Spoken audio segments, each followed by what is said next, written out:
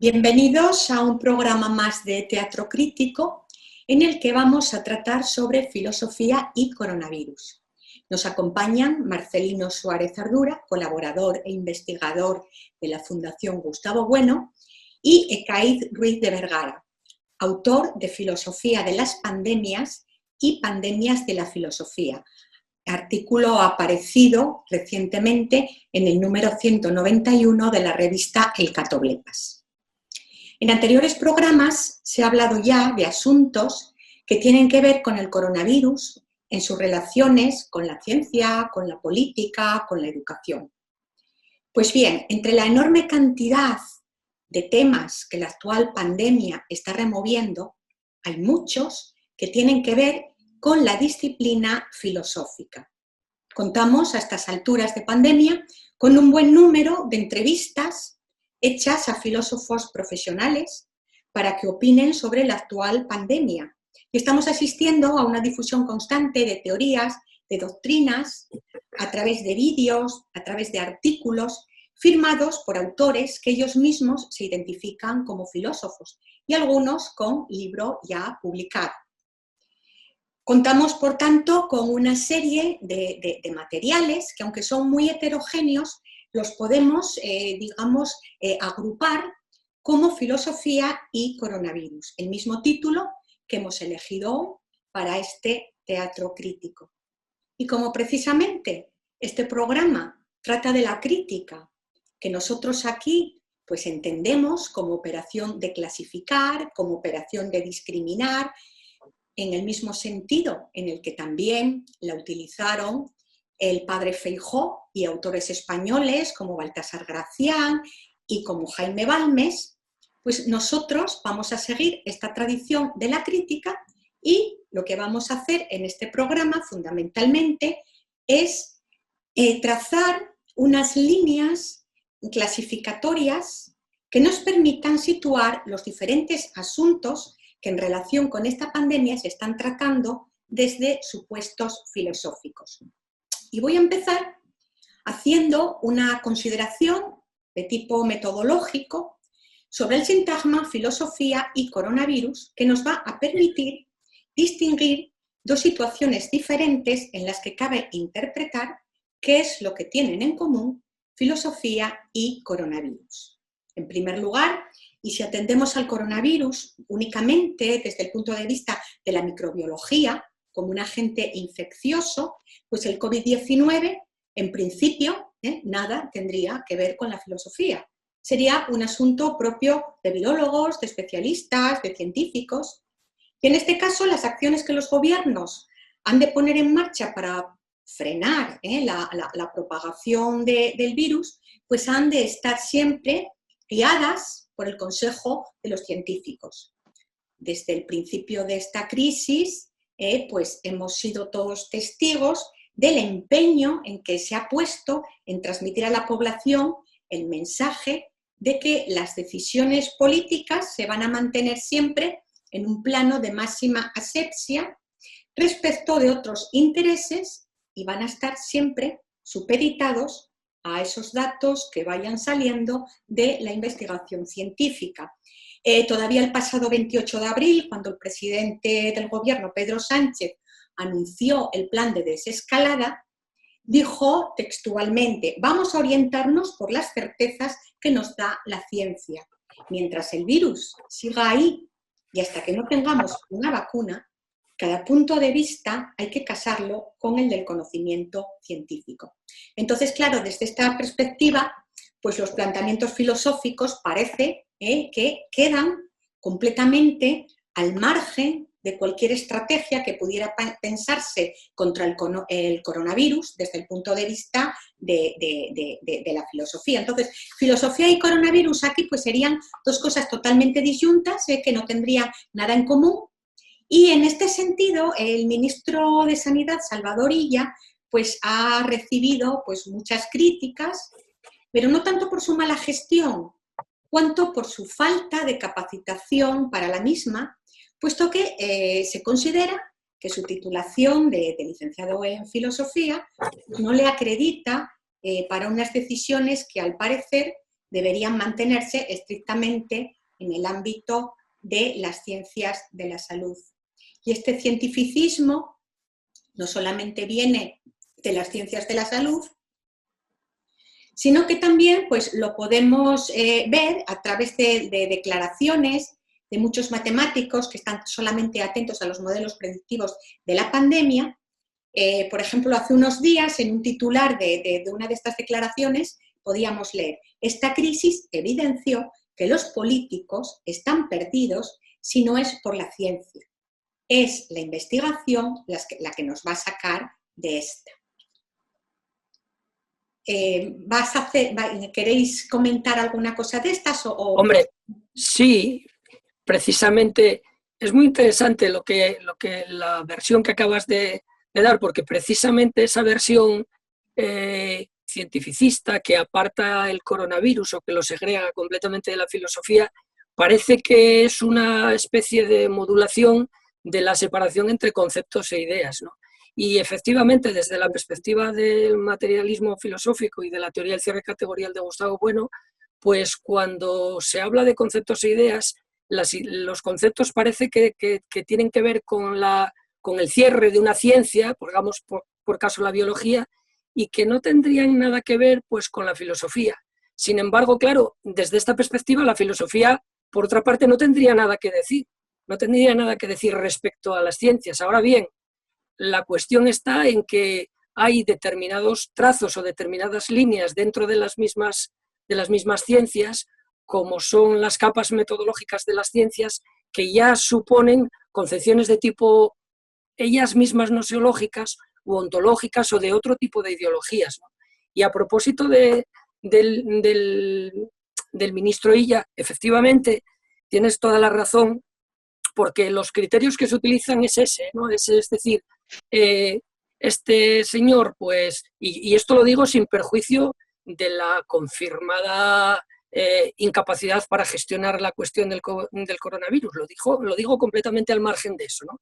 Que se ha dicho muchas veces, es que este señor es filósofo. Hay ahí una separación, por una parte, entre filosofía, como si el ministro tuviese que ser un especialista, además es un especialista en biología, un especialista en gestión médica o sanitaria, etcétera, pero es que esta es una cuestión que es una petición de principio, porque se supone que solamente los especialistas de la materia del ramo del ministerio del competente podrían saber algo sobre ese ministerio, y eso no es así, porque entonces relegarían al ministro pues solo pues al Ministerio de Educación o al Ministerio de Cultura, y esa petición de principio, pues hombre, lo que viene a demostrar es que lo que está ocurriendo con esta concepción de separación entre los conceptos y las ideas, es decir, entre coronavirus y filosofía, pues es una concepción completamente ideológica.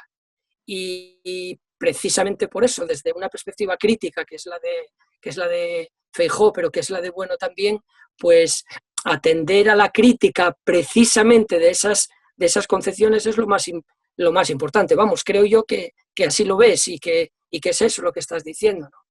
Bien, pues si atendemos, por el contrario, a los efectos del virus, es decir, a su propagación en forma de pandemia, con todas las consecuencias que estamos viviendo, pues es ahora cuando se pide ya la opinión de los filósofos. Es cuando se busca su consejo e incluso se espera consuelo pues en alguna máxima, en alguna sentencia que nos pueda sacar de la incertidumbre, que nos pueda sacar de la confusión. Ahora, entre filosofía y coronavirus, pues ya hay esa conexión que veíamos al principio, que agrupaba a un montón de supuestos, opiniones, especulaciones, teorías que están consideradas como filosóficas. Y claro, aquí ahora sí que es imprescindible que nos detengamos en el sentido que tiene lo filosófico. Porque cuando hablamos de filosofía, no debemos de perder nunca de vista que filosofía, dicho así, en singular, es algo completamente vacío, es un término unívoco, no es un término unívoco, perdón, sino análogo, y por lo menos tenemos que distinguir dos grandes géneros. En primer lugar, el de una filosofía en sentido amplio, como visión general de las cosas que nos rodean, es decir, la representación que cada uno de nosotros pues, se puede hacer de esta pandemia, en tanto que viene a trastocar el entorno que conocemos.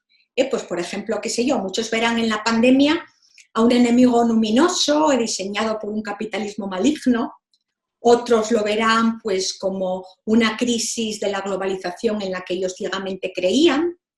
Habrá quienes pongan en la pandemia pues, el paso decisivo para un mundo virtual. Es decir, estas visiones, que son generales, son las reflexiones de alguien. Estamos ante una filosofía en sentido adjetivo, son las percepciones de alguien, las representaciones de alguien que sin ser filósofo profesional, sin embargo, precisamente por tener estas opiniones, se ha hecho filósofo mundano. Muestras de esta filosofía mundana, pues las apreciamos también, aunque sea de manera implícita, en todas estas prédicas, en todas estas recomendaciones morales que nos han acompañado durante este tiempo, pues en el quédate en casa, en este virus lo paramos juntos, o en todas esas ceremonias de aplausos a las 8 en los balcones. Bueno, pues, ¿quieres comentar? Yo, si no os importa, no sé si Ekaíz quiere comentar algo, ¿no? Pero a este respecto sí que ese tipo de lemas sí. También ese tipo de lemas a mi juicio también son profundamente ideológicos. Y yo creo que desde la perspectiva también del materialismo filosófico se puede desvelar esa condición ideológica de este tipo de lemas, ¿no? Pues por ejemplo, el lema, uno que se lleva ahora, el virus no conoce fronteras, ¿no? Ese tipo de lemas son de un tono ideológico completamente despreciable y deleznable, ¿no? Porque aquí el concepto de frontera está funcionando casi lisológicamente, porque no se sabe realmente, vale para todo, porque vale para fronteras sociales, para fronteras étnicas, para fronteras de género, para fronteras administrativas, para fronteras entre países, y esa es la ideología que está funcionando, que como veremos luego tiene algo que ver también con la ideología de la globalización, pero fundamentalmente porque la realidad es otra, porque precisamente el virus está demostrando que las fronteras están ahí entre, por ejemplo, los grupos de edad de la pirámide de población, porque precisamente una de las cosas que se decía era que este virus era inofensivo y que solamente a personas de determinada edad, es decir, de determinadas cohortes, podrían desaparecer. Y además se decía con una ligereza, estableciendo claramente ya una frontera de edad, o las otras fronteras, las fronteras geopolíticas entre los distintos países. Parecía que las fronteras habían desaparecido, sobre todo la Unión Europea, con Schengen, y resulta que de repente las fronteras, el virus lo que hizo fue poner en sus quicios a los que de alguna manera decían que con la globalización las fronteras iban a desaparecer. De ahí el mensaje constante después en todos estos ideólogos diciendo este virus no conoce fronteras. Efectivamente, el virus claro que las conoce, y la prueba está en que precisamente porque las conoce, pues hubo de decir que no se conocían. A mi juicio está así. No sé qué pensará Ekaíz de esto o tú misma, pero bueno. Sí. Bueno, al hilo de lo que has dicho tú ahora mismo y de lo que estabais diciendo sobre el tema también del cientificismo, para introducir un poco la tabla que hemos construido, porque hemos construido una tabla clasificatoria con las diferentes posturas que hemos identificado en diferentes filósofos más o menos conocidos, ¿no? Que se han agrupado también en una publicación conjunta que es fácil encontrarla por internet, que se han llamado Sopa de Wuhan, ¿no? Y creo que es hasta cierto punto significativo el nombre de esa publicación, Sopa de Wuhan, porque da cuenta precisamente del carácter completamente asistemático y heterogéneo que tienen estas aportaciones filosóficas, ¿no? Por la idea de la sopa, ¿no? Como si fuera una especie de mejunje ideológico donde hay todo tipo de cosas. Claro. Y bueno, voy a presentar más o menos la arquitectura de la tabla, que en algún momento, si todo va bien, pues debería verse en la pantalla. Que yo lo he introducido, he cruzado dos criterios que me ha sugerido Carmen Baños. Primero es el que ella misma ha presentado, la distinción entre filosofía en sentido mundano y filosofía en sentido académico. Y después hay distinción también de todas las filosofías mundanas, aquellas filosofías que son exentas, bien según el modo histórico que llama, bueno, ¿verdad? Modelo, diríamos, evidentemente doxográfico, filológico, si se quiere, más que filosófico, o filosofías exentas según el modo dogmático, ¿no? Una filosofía perenne, una filosofía escolástica, etc. Y también filosofías mundanas en sentido inmerso y adjetivo, filosofías adjetivas o genitivas. Y aquí, precisamente, para introducir algunas casillas, ¿no? Aquí es donde yo colocaría los dos ejemplos que habéis tratado vosotros hasta el momento, ¿no? Porque cuando se habla, por ejemplo, de esos modelos de carácter cientifista, fundamentalista, los que pues se nos dice, por ejemplo, que la filosofía no tiene nada que ver con el coronavirus, es decir, que el coronavirus es una cuestión puramente científica, ¿no? Es decir, que entre la clase filosofía y la clase coronavirus hay una intersección igual al conjunto vacío, ¿verdad? Pues esa perspectiva es una perspectiva, diríamos, émic, es decir, es lo que dicen ellos.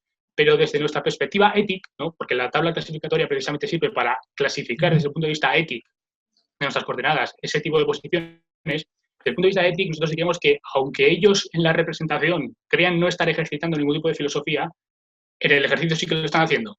Y están ejercitando, de hecho, un tipo de filosofía genitiva mundana, que es la filosofía espontánea de los científicos, ¿no? Concretamente, yo he puesto un artículo, en fin, se podrían poner, yo creo, muchos artículos y muchas... La tabla no pretende ser exhaustiva, ¿eh? Es decir, se pueden poner infinitos ejemplos. Pero el ejemplo que yo he puesto es un artículo colectivo que está firmado por un montón de gente, Corroza, Naranjo, Romero, Smaug, Vega, que se titula COVID-19, aspectos biológicos, clínicos y sociológicos, una revisión. Este es un artículo muy extenso y que por lo demás está muy bien hecho, es decir, incorpora una cantidad de bibliografía científica realmente apabullante y hace una revisión pues precisamente de esto, de temas biológicos, de temas microbiológicos, después pasa a temas de aspectos médicos, clínicos del coronavirus y finalmente aspectos sociológicos, culturales, políticos. Entonces, en la medida en que tratan efectivamente este tipo de cuestiones, pues lo hacen muy bien, se ciñen a sus categorías.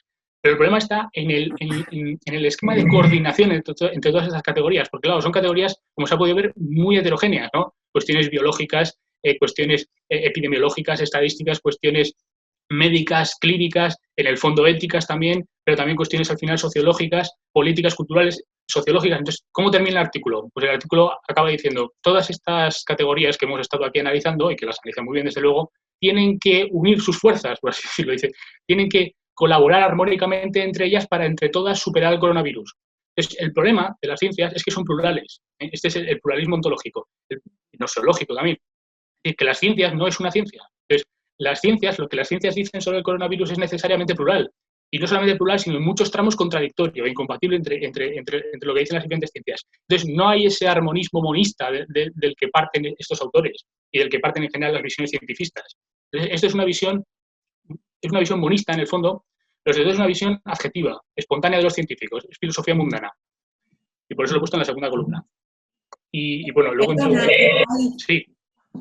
Voy a continuar un poco, si te parece, antes de que prosigas, de que expongas tú la tabla, porque como estábamos hablando de los dos géneros de filosofía y hemos ya dejado claro que hay un género de filosofía que se inscribe en esta filosofía mundana o general, ideológica en el fondo, pues al lado de esto no debemos de perder tampoco de vista el otro género de filosofía, que es la utilizada en sentido estricto, tradicional, pues vinculado al área de difusión helénica. Filosofía de tradición histórica que a su vez cuenta con muchas especies, y una especie pues es la que se corresponde con lo que normalmente se suele identificar como filosofía académica, pero dándole a lo académico pues el sentido burocrático de un gremio de profesores, tal y como lo entendió Kant, filosofía académica frente a la mundana. Y claro, esta filosofía académica, desde el materialismo filosófico, es la que nosotros pues consideramos como una filosofía administrada por instituciones, por universidades, por institutos, por academias, que están dedicadas ¿Pues a qué? Pues a cuestiones históricas, filológicas, dosográficas, es decir, es una filosofía exenta, exenta pues respecto del presente tecnológico, científico, cultural, político. Entonces, como decíamos al principio, cuando los periodistas, cuando hacíamos alusión a todas aquellas entrevistas que se le hacían a los filósofos, pues cuando los periodistas preguntan a estos filósofos profesionales que qué opinan sobre la actual pandemia, pues lo hacen en tanto presuponen que estos son depositarios de unos conocimientos que recogen las máximas, los comentarios de filósofos, de historiadores, de poetas, de científicos del pasado, y que se recurre a ellos porque se cree que ese tipo de saber pues tiene la utilidad de ser pues algo así como una medicina del alma en tiempos de coronavirus. Y en este sentido exento encontramos también pues multitud de reconocidos, de opiniones de reconocidos filósofos, cuyo prestigio intelectual pues va unido al de su autoridad académica. Y es curioso que si nos fijamos en ellas, pues vemos cómo todas se apoyan en citas de figuras representativas de la historia de la filosofía. Pues, por ejemplo, se cita a Bersón para acompañar consideraciones de cómo cambia nuestra percepción del tiempo en esta época en la que hemos tenido que estar confinados. Se cita también la política de Aristóteles, muchas veces pues, para recordar que sanidad y educación pues, han de ser bienes comunes. Se cita a Kant pues, para hablar de una supuesta hospitalidad cosmopolítica, un concepto totalmente oscurísimo, pero bueno, que se dice muchas veces.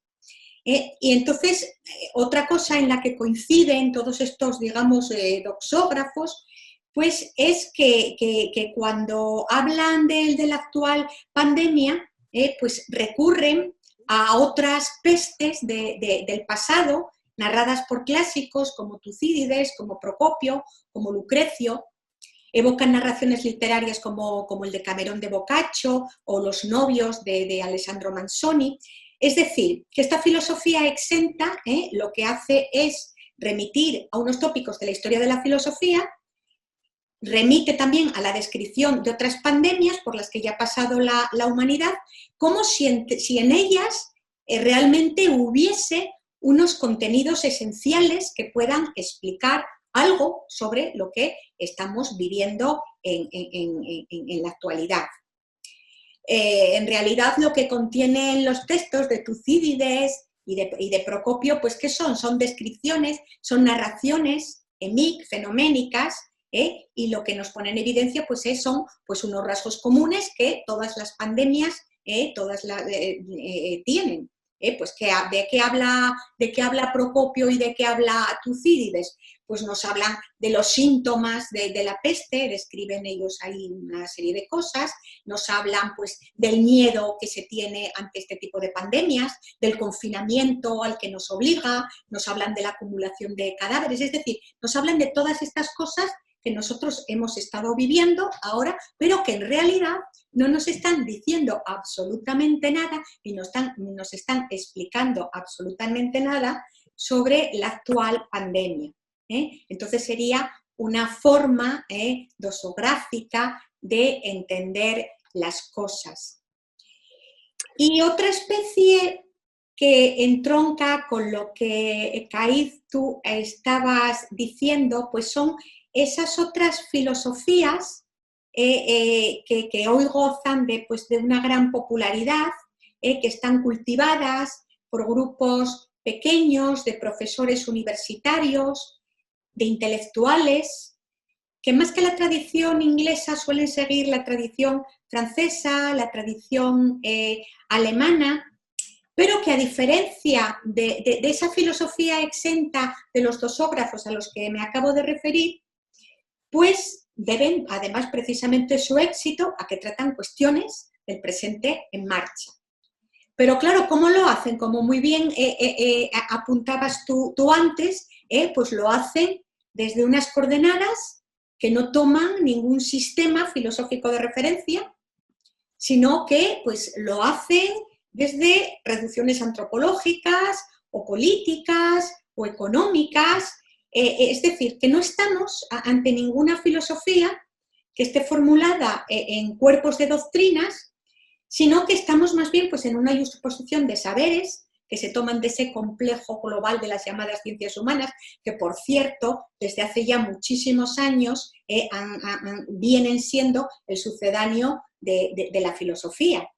Entonces, claro, el análisis del presente que hacen estos filósofos, pues lo podríamos inscribir en ese género literario de una filosofía oracular, en tanto que, a modo casi de oráculo, pues vienen a citar a Nietzsche, a Marx, a Foucault, a Derrida, a Deleuze. Es decir, ellos utilizando a estos autores, sin otra cosa que el prestigio que ellos mismos otorgan, pues adolecen de cualquier desarrollo sistemático. No hacen lo que nosotros podríamos considerar una verdadera filosofía en el sentido sistemático, en el sentido escolástico, pues digamos que sus ensayos, algunos muy brillantes, sin embargo, están completamente faltos de exposiciones, de tesis, de debates, de conclusiones. Y siguen en ese sentido oracular que decíamos, que Caiz yo creo que nos puede poner aquí muchos ejemplos, puesto que él lo tiene muy trabajado. Sí, bueno, la tabla, la primera columna es precisamente lo que acabas de explicar tú, las filosofías exentas según el modo histórico, lo que llamaba filosofía exenta según el modo histórico. Particularmente yo, lo que pasa es que después habría que cruzarlo con el criterio ascendente neutro, ya lo explicaré más tarde, pero bueno. Un ejemplo, yo creo, extremo, que he puesto en la tabla, es una entrevista que se le hace a Víctor Gómez Pin en La Vanguardia.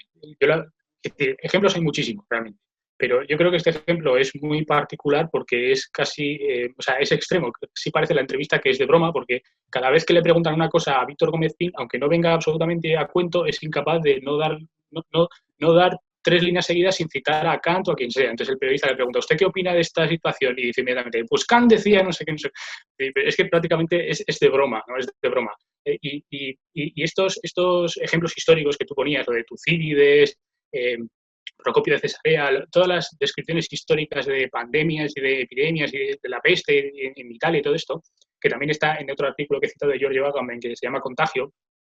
Ahí habla de la peste en el siglo XVI en Italia, también tomándolo pues eso, como un ejemplo histórico del que se puede extraer pues una especie de sabiduría que funciona como una filosofía perenne, ¿no? Como una sabiduría sustancial que está ahí dada históricamente y nosotros pues lo que tenemos que hacer es aprender de ella, sencillamente. Porque ya está dado, ¿no? En todo caso habría que recordarlo, por su olvido o lo que sea. Pero también, sin embargo, habría modulaciones que yo he llamado neutras de esta visión exenta según el modo histórico, ¿no? de personajes como Antonio Díez Lucena, que tiene una serie de artículos donde va él recogiendo doxográficamente todo lo que se ha dicho sobre el coronavirus. Bueno, todo no, pero lo más representativo que se ha dicho sobre el coronavirus, pero no toma partido, es decir, tampoco tiene una filosofía crítico-sistemática detrás como para realmente sistematizar esas opiniones dispersas que él va recogiendo doxográficamente y tomar partido por ellas. Entonces, en ese sentido, pues también es una modulación mundana de la idea de filosofía, no es una filosofía mundana. Y bueno, es sencillamente esto, la crítica a la doxografía. No sé si queréis decir algo más. Bueno, pues desde luego frente a estos tipos de filosofías, lo que sí es cierto es que desde el materialismo filosófico consideramos que una verdadera filosofía, en este sentido estricto, pues tiene que ser sistemática. Es decir, tiene que disponer necesariamente de un sistema de ideas, tiene que contar con unos métodos de análisis, de división, de numeración, pues de lo que Platón llamó ya la dialéctica, lo que Platón ejercita magistralmente en el Sofista. Y en este sentido la filosofía crítica del materialismo filosófica, inmersa como está en los asuntos del presente, el ser como es un saber de segundo grado, pues sí que ha desarrollado unos potentes métodos que nos permiten, entre otras muchas cosas, elaborar teorías de teorías para desde ellas medir, confrontar, representar nuestro presente, pues en una especie de mapa que nos permita por lo menos discriminar y analizar todas esas otras ideas que lo atraviesan. Entonces, cuando desde esas otras filosofías de las que antes estábamos repasando, cuando desde ellas se reflexiona sobre el coronavirus, pues se hace apelando a unas supuestas ideas, pero que sin embargo no se analizan. Se toma, pues como decía antes Ekaíz, en ese sentido lisológico, pues por ejemplo, cuando se nos dice que el COVID-19 es una expresión más de una globalización mal gestionada. Cuando se nos dicen cosas de este estilo, se está suponiendo la propia noción de globalización como un hecho que es tan obvio que no necesita de más análisis. Sin embargo, cuando desde el materialismo filosófico se intentan ver las relaciones que la actual pandemia tiene con la globalización, pues lo primero que tenemos que tener en cuenta es un análisis de la idea de globalización que lleve a una teoría que le pueda dar significado. Entonces, en este sentido... Sí, Carmen, y no solo de la idea de globalización, yo muchas más, un poco a la manera de Ekaíz he intentado establecer líneas en torno a las cuales se pueden mover algunos comentaristas, filósofos mundanos o filósofos académico-administrativos, etcétera, y efectivamente, pues por ejemplo, hay quien lo representa en torno a la idea de mito, pues citando muchos mitos, o a la idea de progreso, por ejemplo, ¿no? Y entonces aquí lo verían como el mito del progreso frente al mito de Sísifo, algunos. Por ejemplo, esa es una línea por la que son líneas metafísicas, ¿no? Porque no se cuestionan, se da por hecho, o se da por hecho el positivo o su contrario. O, por ejemplo, la idea de naturaleza, o la idea de hombre frente a la naturaleza. Hay filósofos incluso muy, muy de moda, o la idea, por ejemplo, en concreto, hay filósofos que suponen que la situación que vivimos por el coronavirus nos lleva a una pérdida de los rituales, por ejemplo. Se dice que hay una pérdida de los rituales porque, de alguna manera, claro, todo esto se presenta de la siguiente forma. Se supone que hay una oposición un poco a la manera del sociólogo Tonis entre la Gemeinschaft y la Gesellschaft, entre la comunidad y la sociedad. Y entonces se supone que la comunidad es expresión de los nexos de aproximación, de los nexos de familiaridad, de la idea del lugar, y entonces con el coronavirus se estaría perdiendo todos esos nexos de ritual, porque los rituales del abrazo, del saludo, de la entrega hacia los demás, pues quedarían cortados con el coronavirus, y que vendría a ser como una expresión también del neoliberalismo, dicen, ¿no? Y por lo tanto es como si fuese el reino de la sociedad frente al reino de la comunidad, que se habría fragmentado y que se habría disuelto completamente. Entonces lo que proponen algunos de estos filósofos pues es volver a la comunidad frente a la sociedad. Algunas filósofas, pues de las más renombradas, pero no las voy a nombrar en España, pues entonces no dicen eso, hablan de comunidad o de amistad cívica. Tú imagínate, mira que vacilelmo, amistad cívica, porque la amistad sí que se mueve la amistad se mueve más en torno a instituciones de carácter cíclico, mientras que lo cívico se mueve, como tiene detrás el Estado, se mueve en torno a instituciones de carácter de ciclo ampliado. Entonces, quiero decir que todas estas líneas de tipo filosófico son por las que discurren, pero no se discuten. Y una de ellas pues, es la idea de globalización, que efectivamente se dice, pues, por ejemplo, pues el coronavirus es un problema global. Eso se está diciendo constantemente, pero no se analiza mínimamente qué se quiere decir con que es un problema global, ¿no? Pues, por ejemplo, en el caso de esta idea de qué se quiere decir, que es un hecho y en qué sentido es un problema global. Mínimamente, si lo analizamos si lo analizamos desde la perspectiva del libro de Gustavo Bueno, La vuelta a la caverna, que por cierto es un libro muy, muy interesante para volver a releer en esta circunstancia en la que nos encontramos, porque la idea de globalización que desarrolla aquí Gustavo Bueno nos da una serie de criterios para interpretar el problema del coronavirus y sobre todo el problema de la ideología de la globalización enorme, ¿no? Como sabemos, Bueno en este libro distingue entre un tipo de globalización o un tipo de globalización que se puede ver desde una perspectiva formal como modulaciones de la globalización y desde una perspectiva, diríamos, material como tipos de globalización, ¿no? Y si atenemos, pues, por ejemplo, a la globalización en el sentido de modulaciones de la globalización, pues distingue una globalización con diatesis recíproca, es decir, con codeterminación recíproca, o con codeterminación no recíproca por una parte, y que puede ser a su vez atributiva y distributiva. Cuando cruza estos dos criterios se obtienen 4 tipos de globalización, 4 modulaciones de globalización, que son la globalización integrativa, la globalización redistributiva, la globalización por incorporación y la globalización por dispersión. Cuando analizamos el coronavirus desde esta perspectiva, ya no podemos hablar de globalización en general.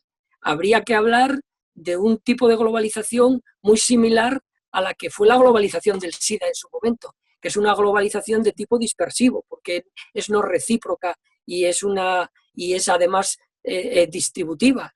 Y entonces aquí ya se empiezan a poner los puntos sobre las íes de lo que se está diciendo, pero cuando se habla en general como globalización y que esto lo vamos a solucionar todos juntos, entonces lo que está funcionando es una idea completamente aureolar de globalización y que está funcionando como mito pues, apotropaico, ¿no? Clarísimamente, como una especie de seguro, ese todos juntos por otra parte es un camelo, porque precisamente si se soluciona es porque no estamos todos juntos, sino porque estamos recluidos, porque y ya no lo digo solo irónicamente, sino que además, como dije antes,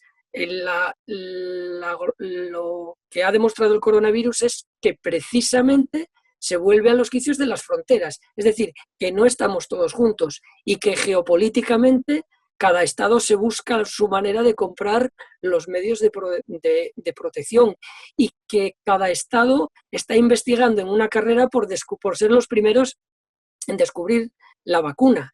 Y lo que va a pasar una vez que se descubra, pues ya se verá. Con lo cual, es un problema global, es una especie de camelo que se nos quiere colar y que tiene una función fundamentalmente ideológica, y como del mismo cariz más o menos que el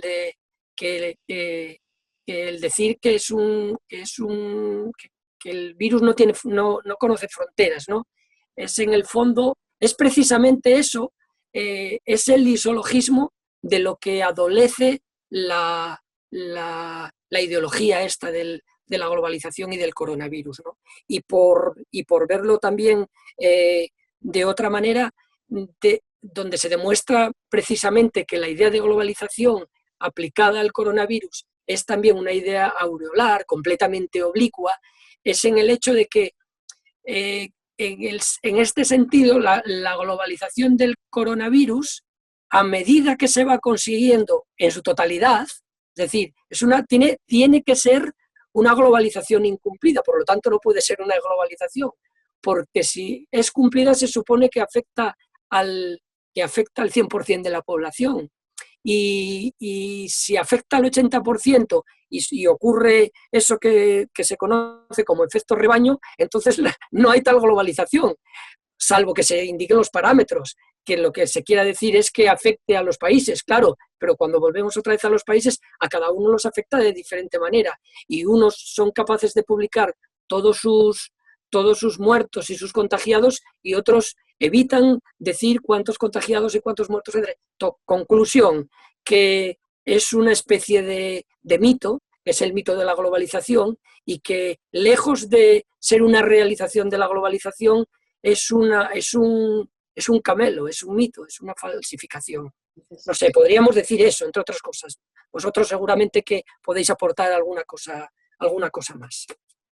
Bueno, casi podíamos volver porque digamos que una cosa que interesa resaltar en todo este recorrido que hemos estado haciendo de las diferentes maneras en las que la filosofía o los filósofos han afrontado o están afrontando esta situación, pues ver dentro de ellas cuál es el materialismo filosófico, qué posición contradistinta mantiene.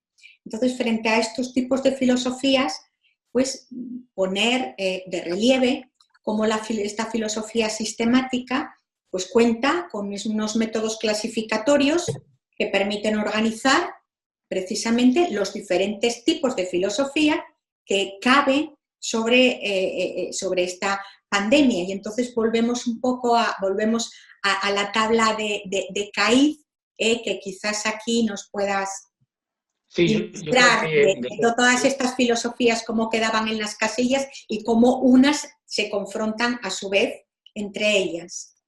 Sí, desde la perspectiva de la arquitectura de la tabla, sí. Creo que Marcelino ha tocado un tema muy importante, el tema de claro, ¿de qué estamos hablando? Porque estamos hablando de la humanidad, que es la que está globalizada, o estamos hablando de partes de la humanidad. Yo creo que esa es la clave. Y ese es, aparte del criterio que ya hemos mencionado de tipos de filosofía, tal y como lo recoge Bueno, que es la filosofía, en sentido mundano, académico, etcétera, lo que he recogido en las filas, cruzándolo con ese criterio, es el criterio entre un sentido ascendente, descendente o neutro de esas filosofías, ¿no?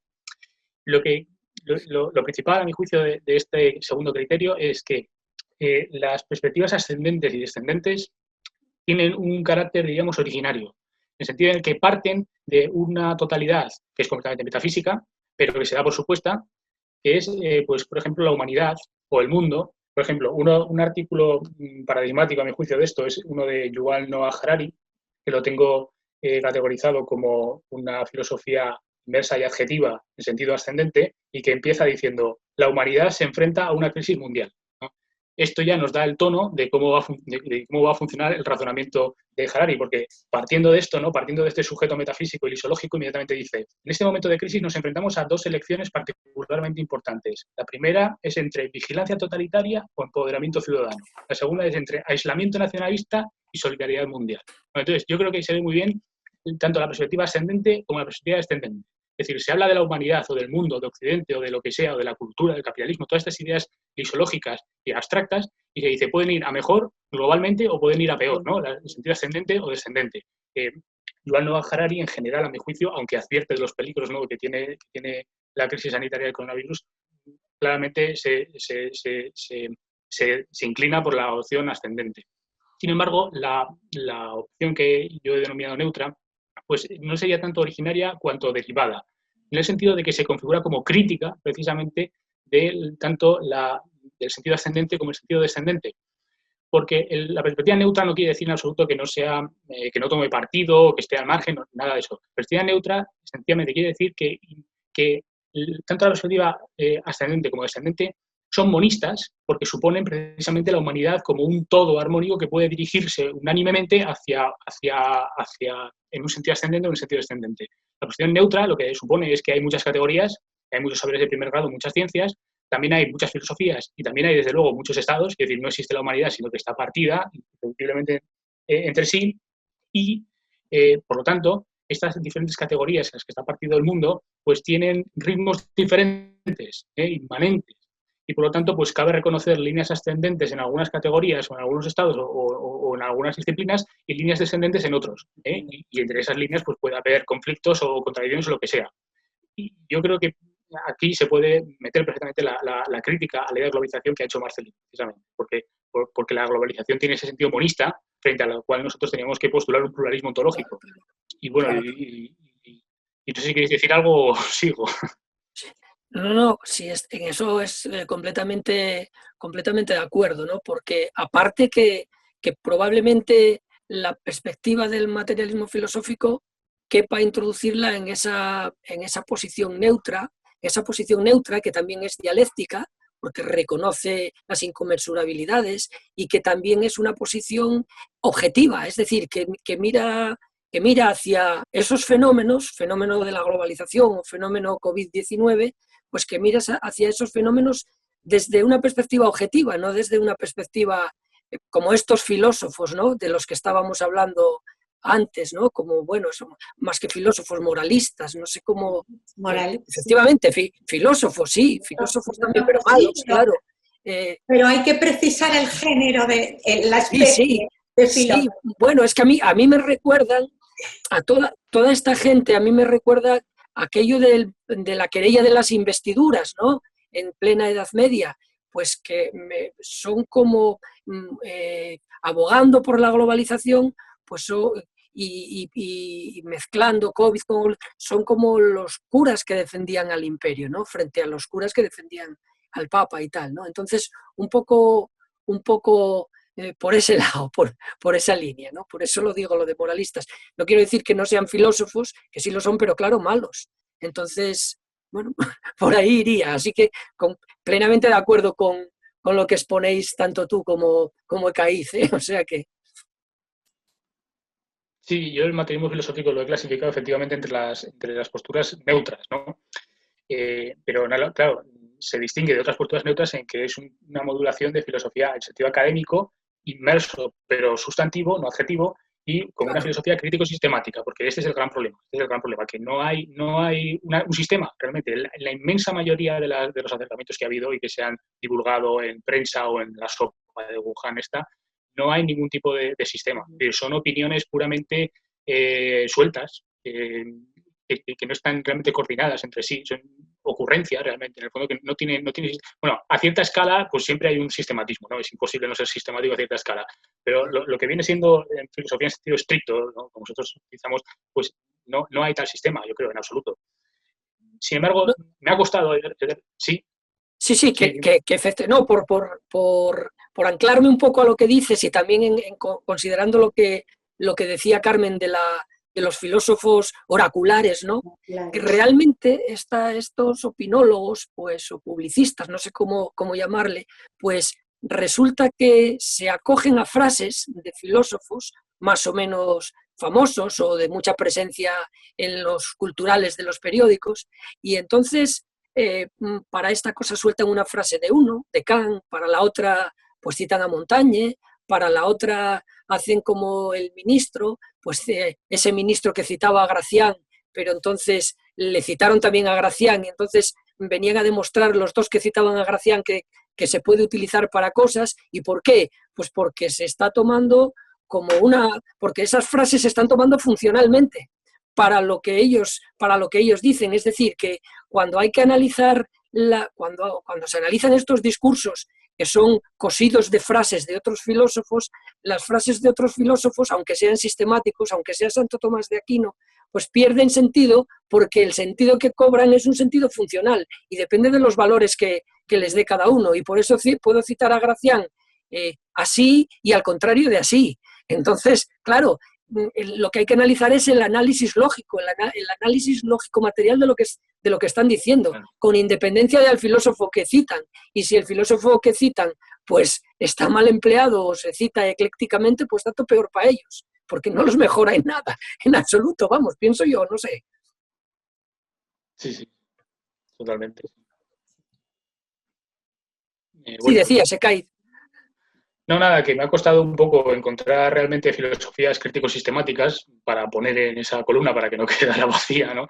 Pero bueno, creo haber encontrado algunas que, aunque no son, yo creo, plenamente académicas, porque las casillas de la tabla tampoco tienen un carácter enterizo, es decir, una misma posición, un mismo autor puede repartirse en diferentes casillas, ¿no? Entonces, pues por ejemplo, yo he puesto dentro de las visiones académicas, de filosofía académica en sentido ascendente, he puesto las visiones cristianas, que yo hasta ahora no sabía que existían, pero resulta que sí que existen, y yo creo que además es interesante porque aunque tienen otro carácter radicalmente distinto, sin embargo, en el fondo están funcionando con las mismas ideas, con ideas moristas en el fondo.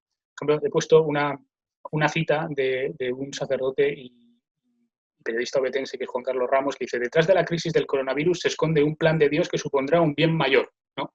Pues claro, está claramente en sentido ascendente, ¿sí? Porque, Claro. claro, este problema, en el fondo, es un problema clásico de la filosofía cristiana, de la escolástica, etcétera. El problema del mal en el mundo, ¿no? Cómo lo soluciona Dios, cómo metemos a Dios ahí, y se soluciona precisamente con la providencia divina, ¿no? Y bueno, luego hay otros, he puesto también a Murilla, Reflexión cristiana sobre el coronavirus, que son un poco más moderados y tienen elementos, yo creo, más mundanos, pero bueno, en general yo creo que sí que se ajustan, al menos una perspectiva ética, a una filosofía que por el tratamiento que da a sus problemas, pues son problemas clásicos y que al menos están dados de una manera más o menos sistemática. Yo creo que esa es la clave realmente para entender la filosofía académica, que es sistemática, es el sistema lo que define la filosofía académica. El sistema y también el contacto con los saberes de primer grado. Yo creo que es fundamental el contacto con los saberes de primer grado. Por eso he puesto aquí una modulación del marxismo, porque también ha habido muchas posturas sobre el coronavirus que tengan influencia marxista, ha habido muchísimas. En filosofía mundana, pues he puesto a Judith Butler, he puesto a Slavoj Zizek, que desde luego tienen todos una impronta marxista, pero es una impronta marxista casi folclórica. Es que realmente no hacen un análisis marxista como lo hacía el marxismo clásico, entre comillas. Mientras que lo que hace David Harvey yo creo que sí que se aproxima bastante más, porque él hace, primero, pues un análisis de primer grado de categorías económico-políticas, pues hace un análisis del proceso productivo, de la acumulación del capital, de la devaluación, del abastecimiento de productos, de la posición geopolítica de China y su impacto económico mundial. Y después, fundamentalmente, introduce la dialéctica de clases, ¿no? Que yo creo que pues, es una de las claves para ver que estamos ante una sistematización de carácter marxista, mientras que otros, como Judith Butler, pues introduce a los transexuales, a los negros, no sé qué, y Slavoj Zizek pues no introduce nada más que analogías con películas y cosas lacanianas que realmente no, yo creo que son puramente ideológicas, que no tienen absolutamente nada que ver con una filosofía académica. Mientras que David Harvey, al menos en ciertos tramos de su exposición, sí que se acerca más a lo que sería un tratamiento marxista. Pero es un tratamiento, en este caso, descendente, porque él supone que la crisis del coronavirus agudizará pues eso, las diferencias de clase y será una explotación mayor, etcétera, etcétera. Y esto es precisamente lo que yo creo que no se puede sostener. Claro, ¿Sí? no, efectivamente, además das en el clavo completamente. Harvey se mueve en parámetros, porque es muy importante esto, porque el tema del coronavirus no puede dejar de lado los análisis de la dialéctica de clases y de estados. Precisamente a propósito del coronavirus, la dialéctica de clases y de estados se mueve, es mucho más agudo y además está presente ideológicamente. Precisamente, pues por ejemplo, el todos juntos, por ejemplo, del gobierno español, pero de otros gobiernos, pues tienen que ver con esa dialéctica de clases. Harvey frente a la dialéctica de estados. Y hay algunos otros que no reconocen en absoluto esa dialéctica de estados, que es lo que estamos poniendo aquí de manifiesto, que con el coronavirus la dialéctica de estados, y ya veremos con las consecuencias cómo va a quedar esto, con las consecuencias económicas que va a traer esta reclusión de 2 meses, ¿no? Cómo la dialéctica de estados va a tomar unos caminos que a lo mejor hasta ahora son imprevisibles, aunque podamos atisbar algo. Lo que quería decir era que Harvey efectivamente se mueve enteramente en los parámetros de dialéctica de clases. Los estados están ahí como artilugios de las clases y sobre todo de unas clases internacionales que lo que persiguen es él es uno de los que acuña, siguiendo a Marx fundamentalmente, sobre todo el primer tomo del Capital, que acuña la idea de acumulación por desposesión. Y entonces la idea que está jugando aquí en él es la idea de que la crisis del coronavirus pues va a traer unos procesos de acumulación por desposesión. ¿En qué sentido? En el sentido en el que se desploman las economías de los distintos países y aparecerán las clases de otros países precisamente a comprar, a establecer acumulación de monopolio y a comprar aquello que se va a vender a saldo en otros países. Entonces, ahí está todo el proceso de acumulación por desposesión. Lo que ocurre que deja de lado, a mi juicio, y erróneamente, como tú muy bien has visto, la dialéctica de estados. Y la dialéctica de estados en la cuestión del coronavirus es fundamental. Bueno, por comentar eso, ¿no? Yo quería comentar también que ayer cuando hablábamos entre nosotros sobre el tema de filosofía y coronavirus, Carmen había sugerido ciertas ideas del espacio antropológico y el coronavirus, que podía retomarlas ahora y para perfilar un poco más esto, ¿no? Bueno, pues para ir cerrando este programa, decíamos ayer que, claro, son muy interesantes todas estas cuestiones de clasificación, porque si no, no podemos hacer nada, porque en cuanto se tira del hilo se ven las grandes oscuridades que están circulando por ahí, envueltas en nematologías de todo tipo. Y, claro, el materialismo filosófico no solamente tiene como función la función crítica, sino, bueno, la función crítica sí, pero no solamente en el sentido de clasificar lo que hay, sino que también tiene la función primordial, quizás sea la de deshacer justamente toda una serie de ideas, que están entretejidas pues, con la propia práctica, con unos haceres prácticos en marcha. Entonces, lo que se nos plantea es qué ideas, ¿no? con la crisis del coronavirus, qué ideas ponen sobre la mesa que es necesario ahora más que nunca deshacer. Y digamos que un norte para poder, digamos, abordar estas cuestiones sin perdernos y sin ser prisioneros de los propios materiales EMIC que nos están llegando, pues es apelar precisamente al esquema de los 3 ejes del espacio antropológico, y entonces ver cómo el coronavirus está removiendo una serie de ideas a lo largo del eje circular, pues la globalización a la que antes aludíamos, pero también ideas como son la familia, la nación, el Estado, la unidad europea y la propia idea de democracia, digamos que también están involucradas. Y que habría también otro tipo de ideas que tendrían más que ver con el eje radial. Hemos hablado, bueno, de la ciencia, se han hecho además ya programas aquí, pero todo lo que tiene que ver con el control de la naturaleza, todo lo que tiene que ver con el ecologismo, todo lo que tiene que ver con la propia idea de evolución, quizás se esté removiendo otra vez. Y desde luego con el eje angular, y por lo que antes Ekaid nos ha estado diciendo, pues también pues, quedan muchas ideas, muchos materiales por deshacer, como es el miedo luminoso, como es la idea de destino, como es esa idea de bien frente a mal, y no sé si se os ocurren a vosotros ahora mismo más ideas de estas, que las podemos dejar abiertas para próximos programas, y si alguien pues quiere animarse a esta labor crítica, trituradora, no para destruirlas, sino precisamente para recomponerlas, pues encantados estamos. Sí, en el orden del espacio antropológico como malla clasificatoria a partir de sus ejes, intervengo yo para que luego al final cerréis vosotros, tú, Ekaid y tú y tal, ¿no? Como idea del eje circular, pues podríamos ver también pues precisamente la idea de globalización, la economía global, pero también la idea de género humano, sí. O también la idea de progreso, la idea progresista de progreso, no la idea evolucionista de progreso, que estaría más en el eje radial, ¿no?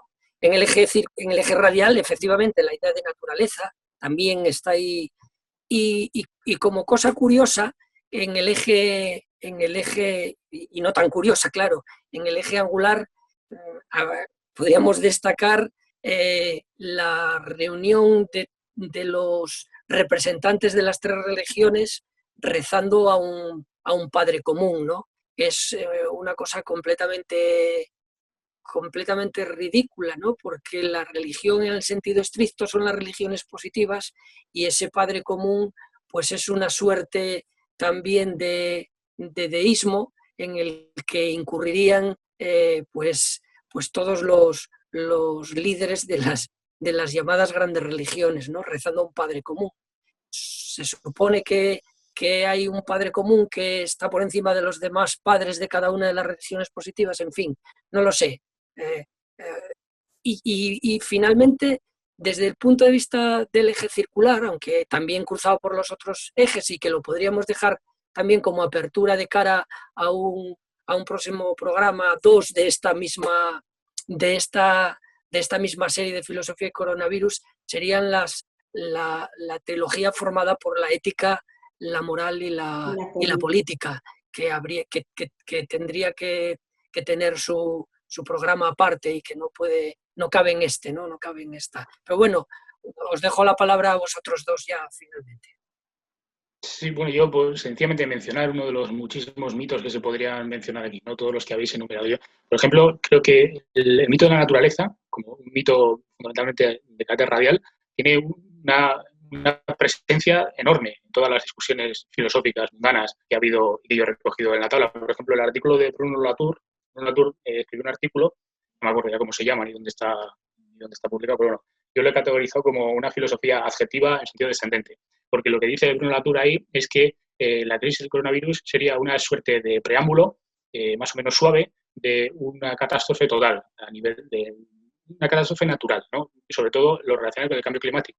Y es que es verdaderamente impresionante la cantidad de gente que relaciona la crisis del coronavirus con el cambio climático, como si tuvieran algo que ver. Es una cosa impresionante, porque realmente el coronavirus o cualquier otra pandemia y el tema del cambio climático es que son dos cosas que tienen causas, consecuencias, alcances y un devenir y una estructura completamente, pero radicalmente distinta, que no tienen prácticamente nada que ver, y sin embargo hay un montón de artículos, y el de Bruno Latour pues es paradigmático, que los unen. Entonces, yo creo que, ¿por qué los unen? Los unen porque los anegan en un género común metafísico que es la naturaleza. Es decir, como si los dos fueran dos modulaciones de desastres naturales en general, pero como esa naturaleza en general no existe, pues claro, es una cosa puramente ideológica esa relación que se hace con tanta frecuencia.